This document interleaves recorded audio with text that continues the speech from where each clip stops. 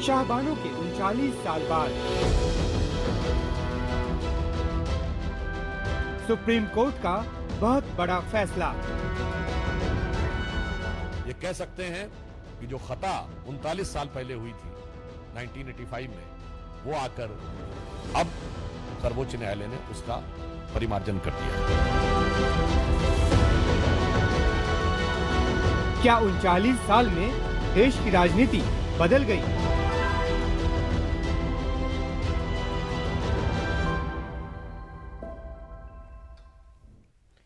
नमस्कार, मैं हूं विकास भदौरिया और आप देख रहे हैं खबर पक्की है।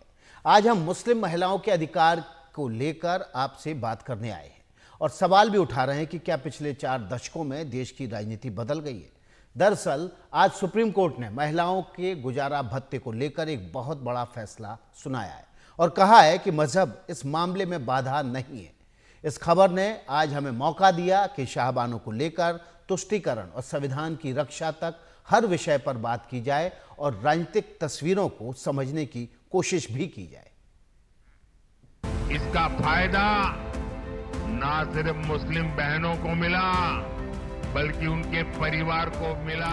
सुप्रीम कोर्ट से जो फैसला आया है वो मुस्लिम महिलाओं के लिए के हक में बहुत बेहतर है। बहुत फायदेमंद है, औरतों को, मुस्लिम महिलाओं को बहुत मदद मिलेगी उससे। यानी मुस्लिम महिलाएं अपना घर बैठ के अपने अच्छा भरण पोषण कर सकती है। क्या मुस्लिम महिलाओं के अधिकारों को लेकर हमारे देश के राजनीतिक और सामाजिक नजरिए में बदलाव आ गया है?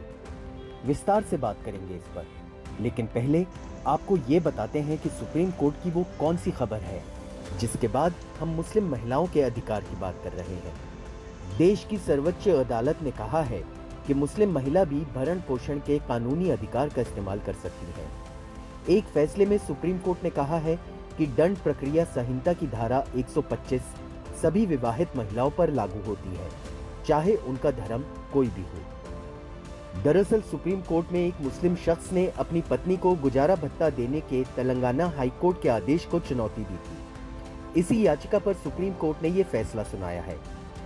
तलाक के बाद भरण पोषण की भत्ते की मेंटेनेंस की हकदार है कोई भी किसी भी धर्म की वो हो, यानी मुस्लिम महिलाओं को भी इस प्रावधान में प्रोटेक्शन दिया गया है। हमारे साथ वसीम कादरी साहब हैं जो भले ही पति के लिए यहाँ पर आए थे, लेकिन उन्होंने भी इस बात को स्वीकार किया है कि महिलाओं के लिए एम्पावरमेंट को लेकर एक बहुत बड़ा फैसला। वसीम साहब बहुत बहुत धन्यवाद आपका।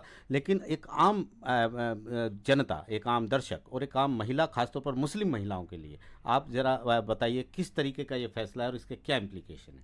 देखिए, ये बहुत ही एक हिस्टोरिकल जजमेंट है। अभी तक जो कंट्रोवर्सी थी कि साहब मुस्लिम वोमेन को क्या राइट्स हैं, डिवोर्स होने के बाद क्या क्या नान नफ़का या क्या कुरानिक इंजंक्शंस क्या हैं, इसके शाहबानो केस आया, फिर स्पेशल एक्ट 1986 आया। उसके बाद कंट्रोवर्सी आई कि डिवोर्स वोमेन 125 में सीआरपीसी में एप्लीकेशन फाइल कर सकती नहीं कर सकती है। बेसिक इशू ये था यहाँ पे। लेकिन सुप्रीम कोर्ट ने इसको बिल्कुल जो भी इश्यूज थे बिल्कुल चेंज करके एक हिस्टोरिकल जजमेंट दे दिया, जिसे मैं कहूँगा कि ये वुमेन एम्पावरमेंट के लिए का जजमेंट है। सुप्रीम कोर्ट में जस्टिस बीवी नागरत्नन ने कहा है कि अब समय आ गया है भारतीय पुरुष परिवार के लिए गृहिणी की भूमिका और त्याग को पहचाने। कोर्ट ने यह भी कहा है कि जॉइंट बैंक अकाउंट और एटीएम जैसी सुविधाओं के जरिए गृहिणियों को वित्तीय सहायता प्रदान करनी चाहिए। तो सुप्रीम कोर्ट का आज का फैसला इसलिए भी अहम है क्योंकि इस देश में इस समय संविधान को लेकर चर्चा जोरों पर है। सड़क से लेकर संसद तक संविधान की दोहाई दी जा रही है। तो क्या ये मान लिया जाए कि 1985 में शाहबानो के मामले में तब की सरकार ने संविधान की रक्षा की थी, या फिर सच ये है कि 4 दशक पहले संविधान की मर्यादा को तोड़ दिया गया था?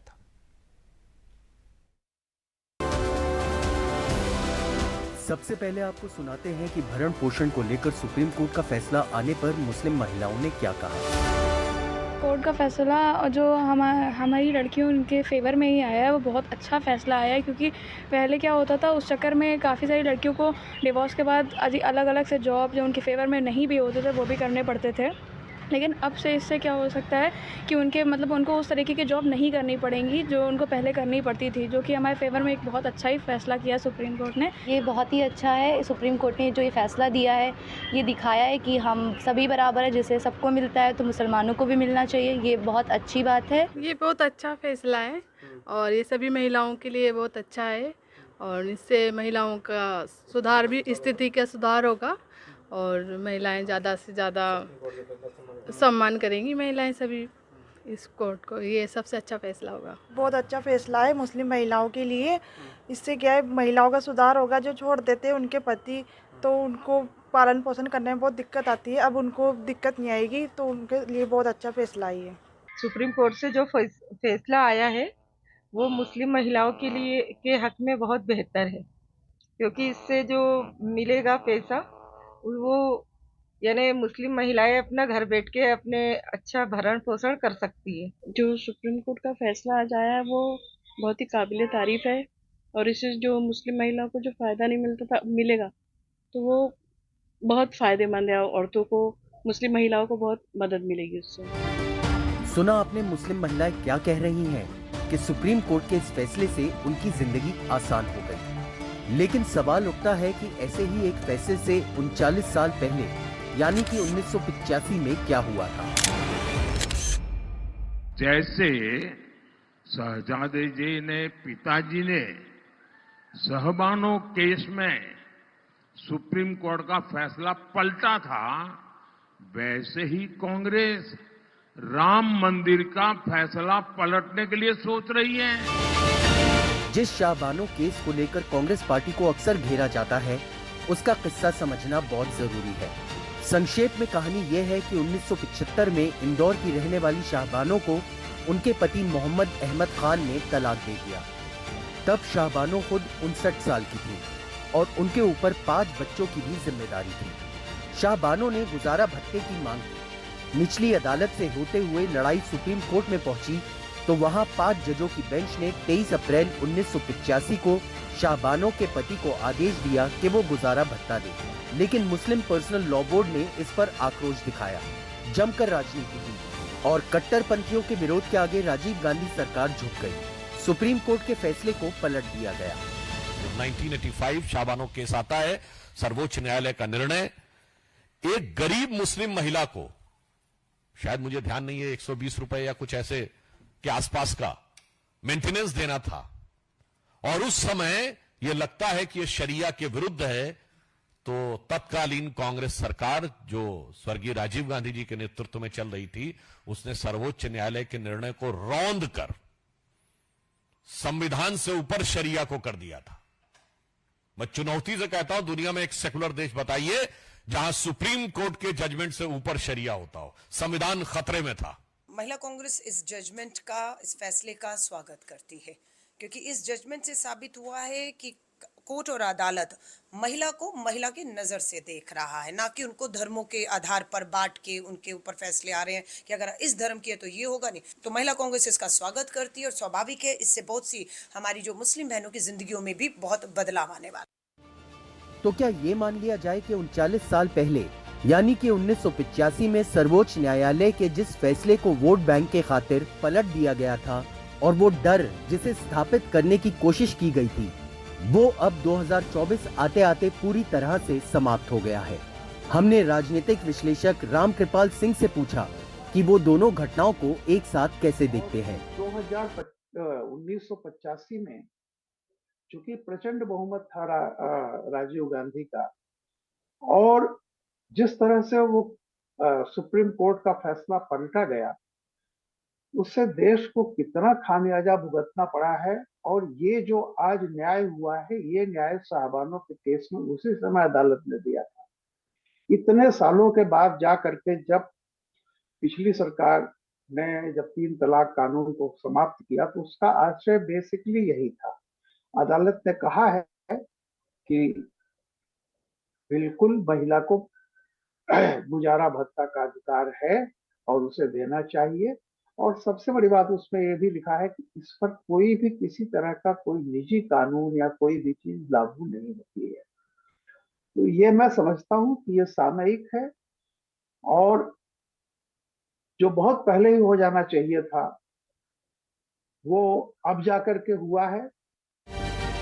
सुप्रीम कोर्ट के ताजा फैसलों को 3 पैमानों पर अहम माना जा रहा है। पहला ये कि मुस्लिम महिलाओं के लिए बहुत बड़ी राहत लेकर आएगा। दूसरा, ये फैसला मजहबी दीवारों के बंधन से आगे की बात करता है। और तीसरा, इस फैसले से महिलाओं को पुरजोर तरीके से समानता का अधिकार मिलता है। Bureau report, NDTV India. तो देखिए आपने रिपोर्ट किस तरह से इस बार भी जो है अब इस मसले पर बहस तेज हो गई है। तीसरी बार सत्ता में चुनकर आई मोदी सरकार कहती है कि वो सबका साथ सबका विकास के सिद्धांत पर काम करती है और समाज के हर वर्ग को साथ लेकर चलने का यही सबसे अच्छा रास्ता भी है, क्योंकि संविधान यही रास्ता दिखाता है। लेकिन एक वर्ग ऐसा भी है जो संविधान के मुकाबले इस्लामी कानून की बहस को सामने लेकर आता है। सुप्रीम कोर्ट के आज के फैसले में भी ये जानना अहम है कि मजहब के जानकारों की आपत्ति क्या है।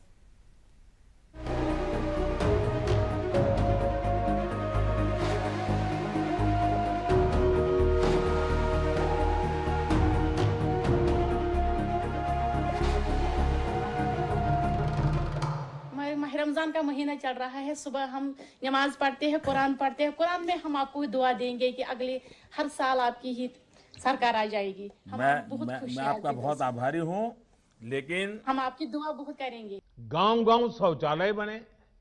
सरकार ने स्कूल जाने वाली गर्ल्स स्टूडेंट के लिए मिशन मोड पे अलग शौचालय बनवाए। आज देश के सामने क्या स्थिति है?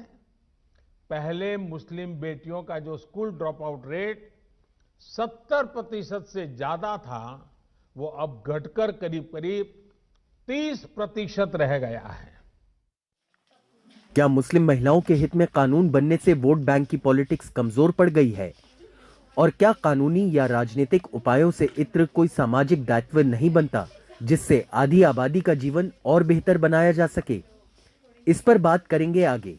पहले आपको सुनाते हैं गुजारा भत्ता को लेकर सुप्रीम कोर्ट फैसले पर मुस्लिम धर्म गुरुओं और मजहब से ताल्लुक रखने वाली संस्थाओं का क्या कहना है। तलाक हो जाने या किसी वजह से खला या अलग हो जाने को इस्लामी शरीयत, इस्लामी कानून के तहत फैसला चाहती हैं, वो दारुल कज़ा के जरिए उस फैसले पर पहुंचे, ये उनके लिए बेहतर है।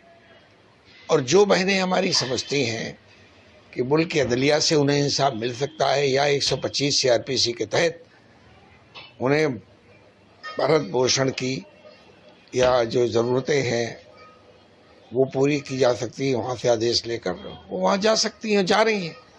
लेकिन उसमें एक मसला ये है कि अलग होने के बाद भी वो रिश्ता ख़त्म नहीं होता और दूसरी शादी महिला नहीं कर सकती, क्योंकि साबका शौहर से एक भरण पोषण यानी मेंटेनेंस लेने के कारण वो कनेक्टिविटी, वो ताल्लुक बना रहता है। तो इसको मैं कहूँगा ये गैर फितरी अमल है, इट्स अननेचुरल। इद्दत के दौरान जो तकरीबन 3.25 महीने का जो अरसा होता है, उसमें जो साबिका शौहर है जिसने अपनी बीवी को तलाक दिया है, उस पर यह जिम्मेदारी आयद होती है कि वो इद्दत के दौरान का खर्च, अपनी बीवी का खर्च उठाए और उसको इद्दत का ख़र्चा दे।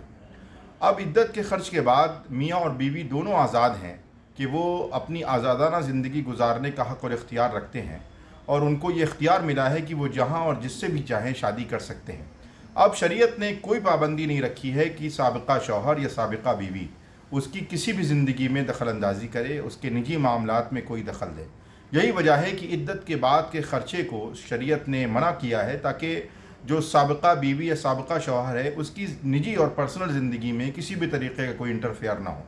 शरीयत का यही मुतालबा है, शरीयत की यही तालीम है। अब कानून की क्या राय है, कानून क्या कहता है, इस पर मैं समझता हूँ कि जो कानूनदा है वो अपनी बेहतरीन बात रख सकते हैं, अपने जो नज़रियात हैं उसको रख सकते हैं। संविधान बनाम शरीयत की बहस एक अलग मुद्दा है, लेकिन सच्चाई क्या है?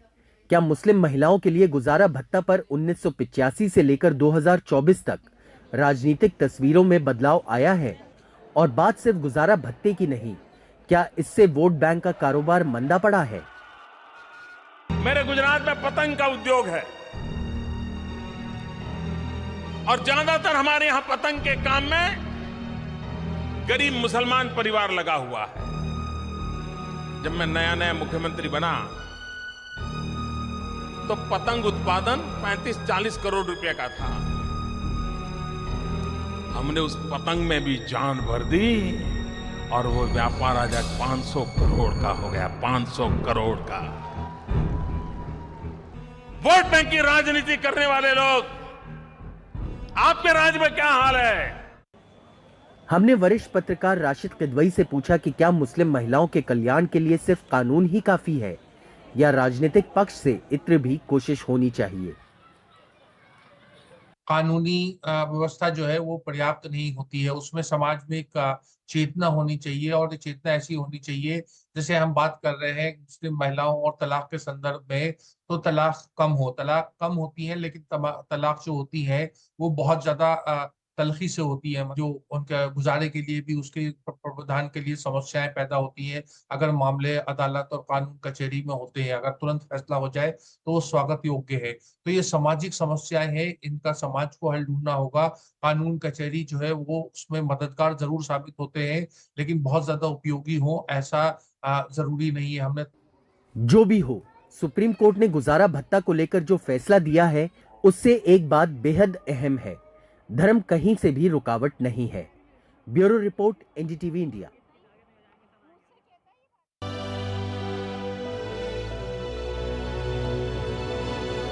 शाहबानो के 39 साल बाद सुप्रीम कोर्ट का बहुत बड़ा फैसला।